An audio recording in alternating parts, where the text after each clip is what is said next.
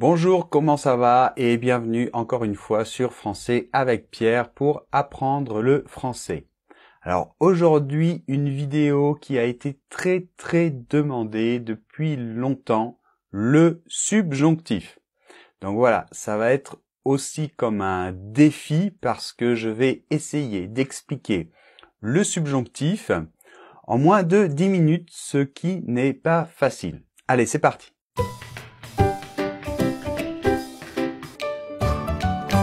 Ok, donc avant de commencer, les élèves de français avec Pierre qui travaillent sur le bac français progressif, même si j'ai évidemment traité le subjonctif dans le bac, dans le cours, regardez cette vidéo parce que je vais un petit peu l'expliquer d'une manière différente, donc c'est aussi intéressant pour vous.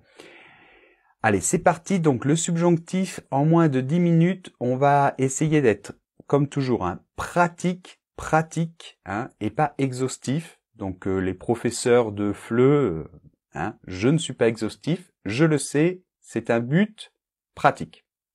Alors, le subjonctif, c'est un mode verbal, mais bon, ça, on s'en fiche un petit peu. Ce qu'il faut savoir, c'est qu'il y a 4 temps verbaux, normalement, dans le subjonctif. Subjonctif présent, subjonctif passé, subjonctif imparfait, subjonctif plus que parfait. Mais, et tant mieux, il y a 2 temps que l'on n'utilise plus ou presque plus, sauf dans la littérature. Donc, on peut considérer qu'aujourd'hui, il n'y a que 2 temps verbaux. Alors, subjonctif présent, par exemple, je veux que tu viennes à 10 heures. Subjonctif passé, donc c'est le temps composé qui correspond en fait au subjonctif présent. Je veux que tu sois rentré à minuit, par exemple. Alors, pourquoi le subjonctif? On va commencer par là. Après, on verra la conjugaison, comment la formation, plutôt, du temps. Et après, on verra l'utilisation. Donc, pourquoi le subjonctif? Eh bien, un jour, il y a l'Académie française qui a dit, tiens, le français, ce n'est pas assez difficile et on va inventer quelque chose d'encore plus difficile pour embêter les étudiants de FLE. Donc, ils ont inventé le subjonctif. Bon, allez, c'est une blague. Donc, pourquoi le subjonctif? Ben, en fait, on pourrait s'en passer. Ce n'est pas quelque chose qui est indispensable à la langue. En anglais, il n'y a pas de subjonctif. Mais on verra que, enfin tu verras si tu prends un livre de grammaire, qu'on va te dire que l'indicatif, ça a une valeur objective. Par exemple, tu pars à Londres. Alors que le subjonctif, c'est quand il y a une valeur subjective. Donc, par exemple, je veux que tu partes à Londres. Donc, qu'est-ce qui se passe? C'est pas vraiment que tu pars à Londres. C'est pas sûr. Mais j'aimerais. C'est un désir. Donc, bon, c'est pas certain. Ok? Bien. Bon, alors, donc ça, c'est vraiment la théorie. C'est bien de le dire. C'est pas très utile, en fait, parce que tu vas voir que c'est pas si carré, finalement. D'accord? Bon, voilà. Donc, je l'ai dit. Maintenant, nous allons voir la formation. Donc, la formation, c'est à partir de la 3e personne du pluriel du présent. Alors, quand je dis présent, c'est présent de l'indicatif. Et on rajoute les terminaisons E, ES, E, IONS, IEZ, ENT. Bien.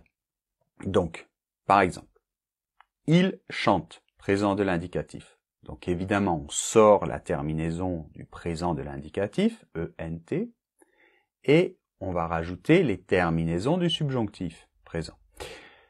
Que, alors on le construit toujours avec que devant, d'accord? Que je chante, d'accord? Donc ensuite, que tu chantes, qu'il chante, que nous chantions, que vous chantiez, qu'il chante. Je te rappelle que dans la conjugaison, ENT ne se prononce pas. Bien, alors attention, si vous et nous ont un radical différent au présent de l'indicatif, ils conservent cette différence. Voyons tout de suite un exemple, ce sera plus facile. Alors, par exemple, le verbe boire. Donc, je bois, tu bois, il boit. Et là, on voit qu'il y a un changement de radical.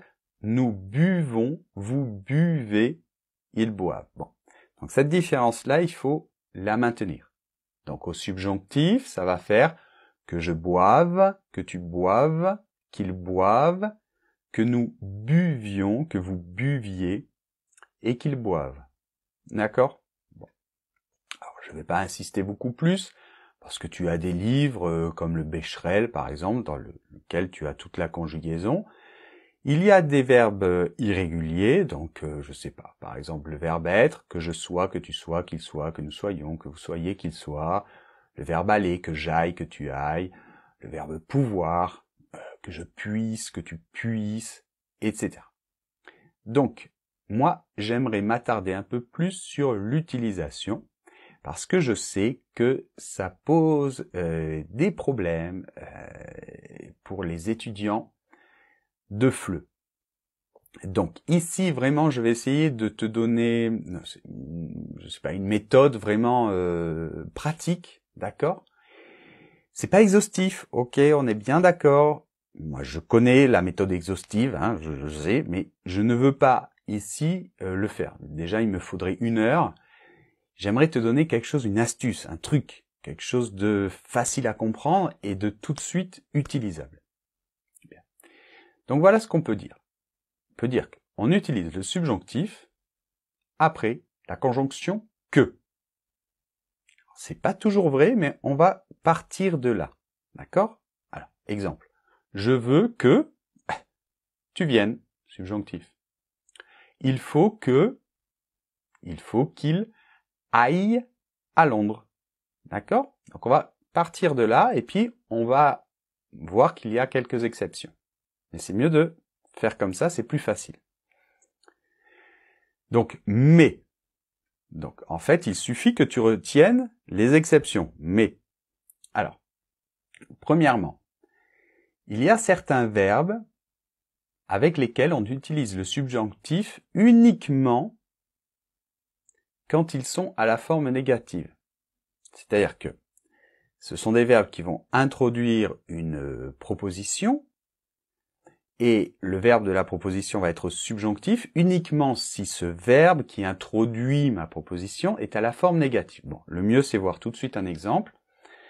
Donc, d'abord, quels sont ces verbes?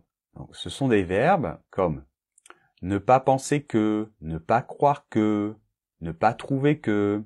Tu vois, c'est-à-dire quand on exprime son opinion. Je ne pense pas que ce soit bien de faire ça. Je ne crois pas qu'il puisse le faire, etc.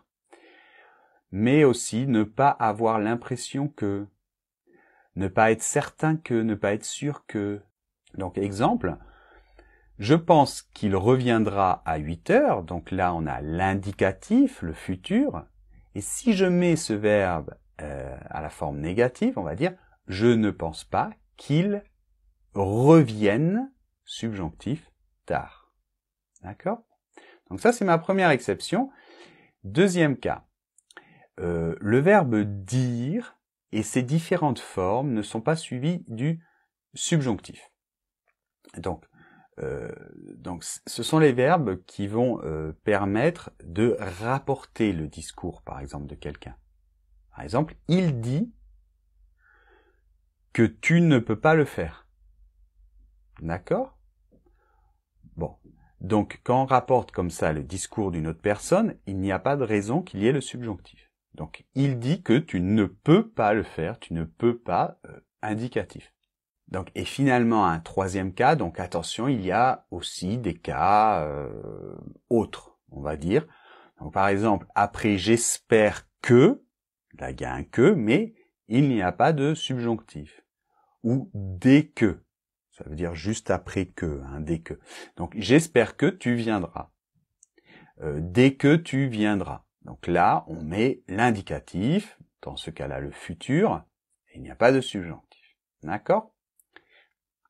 Alors, des remarques. Alors, normalement, il n'y a pas de subjonctif après le pronom relatif, dans des propositions relatives. c'est rare. Ça peut arriver, donc j'ai mis sauf dans quelques rares cas. Alors, par exemple, le train que je regarde part ce soir. Donc là, c'est l'indicatif. Que je regarde, indicatif, il n'y a pas de raison qu'il y ait le subjonctif. Parce que ici, que, c'est un pronom relatif, d'accord? C'est pas la conjonction, hein, c'est différent. Bon.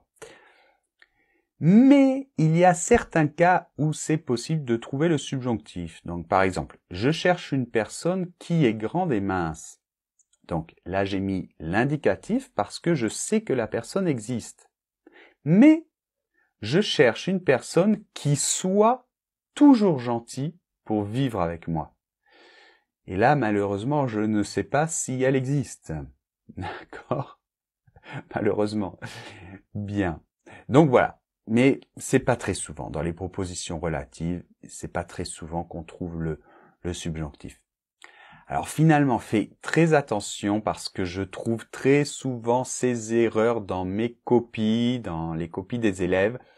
Après quand, lorsque, ou j'espère que, ça j'en ai déjà parlé, après ça, on ne met pas le subjonctif. Même dans une perspective future, on doit mettre le futur de l'indicatif. Donc par exemple, quand je serai avec toi, lorsque je serai avec toi, lorsque et quand, hein, c'est le synonyme. J'espère que je serai avec toi demain. D'accord? Donc attention là, futur de l'indicatif. Bien.